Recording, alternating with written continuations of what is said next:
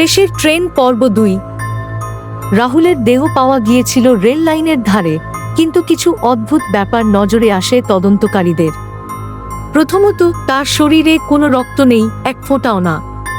দ্বিতীয়ত, তার হাতে ধরা ছিল একটা পুরনো ট্রেনের টিকিট, যার তারিখ 10 বছর আগের।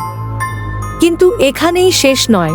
রাহুলের এক সময়ের ঘনিষ্ঠ বন্ধু অর্ণব, যে এখন একজন সাংবাদিক, খবরটা পড়ে থমকে যায়। কারণ ঠিক 10 বছর আগে রাহুল নিখোঁজ হওয়ার আগের রাতেও সে একই স্টেশনে ছিল, এবং সেদিনও একই রকম কুয়াশা, ধোঁয়া আর শব্দহীন একটা ট্রেনের কথা সে বলেছিল, যেটা কেউ বিশ্বাস করেনি। অর্ণব সিদ্ধান্ত নেয় সবকিছু জানার জন্য তাকেও সেই স্টেশনে ফিরতেই হবে। এক রাত ঠিক 12টার সময় সে পৌঁছে যায় সেই স্টেশনে। চারদিকে নিস্তব্ধতা, বাতি টিন টিন করছে। হঠাৎ আবার সেই ধোঁয়ায় মোড়া ট্রেন, আলো ঝাপসা, দরজা নিজে থেকেই খুলে যায়। অর্ণব ট্রেনটায় ওঠে, কিন্তু এবার সে প্রস্তুত। হাতে থাকে একটা ক্যামেরা আর গলায় ঝোলানো রুদ্রাক্ষের মালা, যা নাকি ভূতপ্রেতের হাত থেকে রক্ষা করে। ট্রেন চলতে শুরু করে। জানালার বাইরে শুধু ধোঁয়া।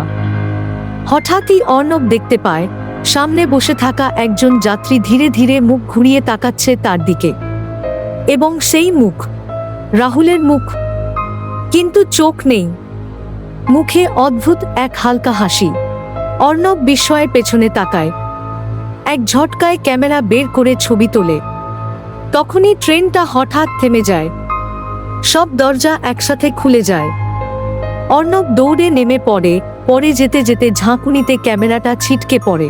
পরদিন খবরের শিরোনাম, 10 বছর পর আবার একই স্টেশনে নিখোঁজ এক সাংবাদিক, কেবল একটি ভাঙা ক্যামেরা পড়েছিল ট্র্যাকের পাশে।